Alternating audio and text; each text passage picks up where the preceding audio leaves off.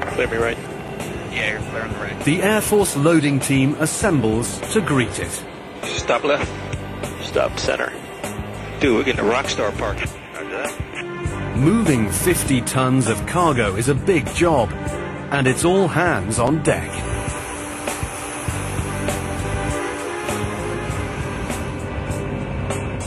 The C-5 is picking up 17 kits of add-on armor, a jumbo shipment that will put the plane close to its maximum cargo capacity. In Iraq, the troops will weld the Kevlar plates to their vehicles for protection against rocket-propelled grenades. Loadmaster Bob Devine needs to make sure the kits are properly packaged. The loaders evenly distribute the kits of armor according to the load sequence. Devine checks their work and makes sure the pallets are correctly placed. The job is going smoothly. Devine can only hope the unknown cargo in Iraq, whatever it is as easy to handle. Now, all the C-5 has to do is get there. But first, it has to get off the ground. All right, crew, we are taxiing. 7041. The strategy for each takeoff is different. Roger that. Is everybody strapped in back there, ready to go? The pilots must consider the weight of the plane and the length of the runway. Copy that. To lift off the ground, the C-5 needs to reach a land speed of 225 kilometers per hour. Ground clearance. When planes are heavy, like this one, it takes longer for them to gain speed. And at Charleston Air Force Base, the runway's just 2/3 the length of Dover, a mere 2.5 kilometers. So this C-5 will have to get going fast, or risk running out of road. Clear. Roger. This is where the crew's experience is critical. The pilots employ a proven strategy to reach the target velocity. It's a bit like drag racing. The fuel tanks are left half empty to lighten the plane's weight. And now the pilots rev the engines while standing still. They'll keep the brakes on until each turbofan reaches its maximum thrust. And then, at peak power, the pilots let go. 2, 1.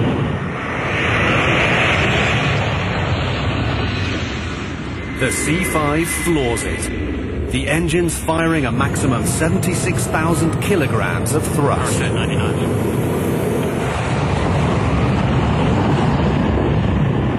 Finally, it's airborne. They've made it. 7041, heavy turn left, heading 150. 1507041. Clear left. But the mission and its challenges are just beginning. This heavyweight will need more fuel soon. It's scheduled for an en route refueling. About an hour out over the Atlantic Ocean, the pilots spy their prize, the air tanker. Measure a stable transfer for a C-5, maybe about 100,000 pounds of gas.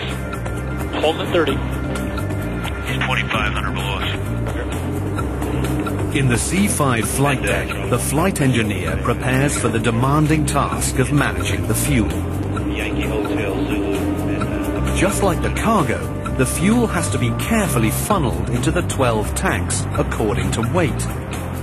If the flight engineer doesn't constantly rebalance the tanks, the C-5 could dangerously tilt and hit the tanker. And 123.19, or reach 537 Clear. Gon's also under the gun. Copy that, clear. He needs to keep the plane straight and steady before and during the maneuver, or the boom could come loose, spewing precious fuel. Okay, move forward now. 20 feet. Clear contact. Contact 280, right hand turn direction. 30 feet. So we clear to lower the boom. Gon tries to line the C-5 up under the air tanker using tiny lights in its belly, but it's not easy. Back 500 level, and I got one there.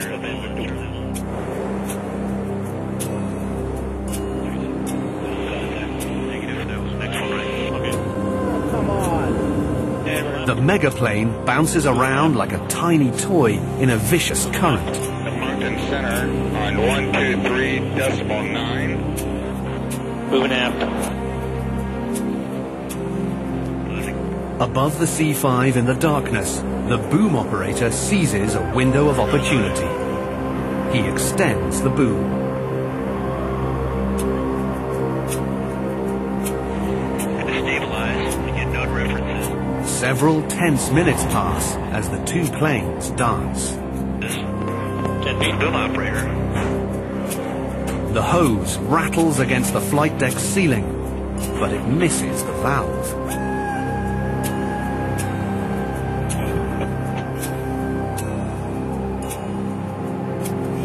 Finally, the clank of the boom hitting the target. You guys rock.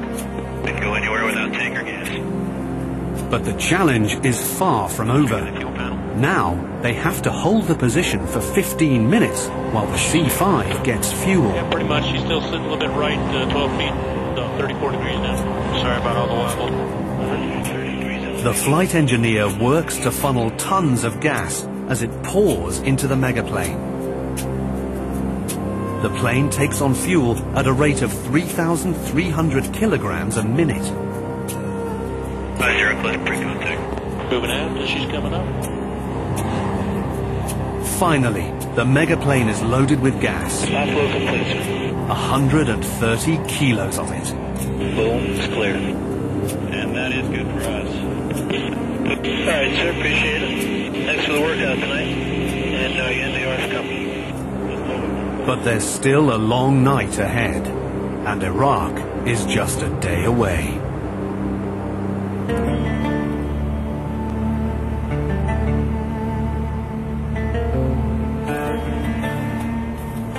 Morning breaks over the Middle East. The C5 is less than an hour out of Balad. It's the main US airbase in Iraq and a hub for military cargo. Pressurization is completed.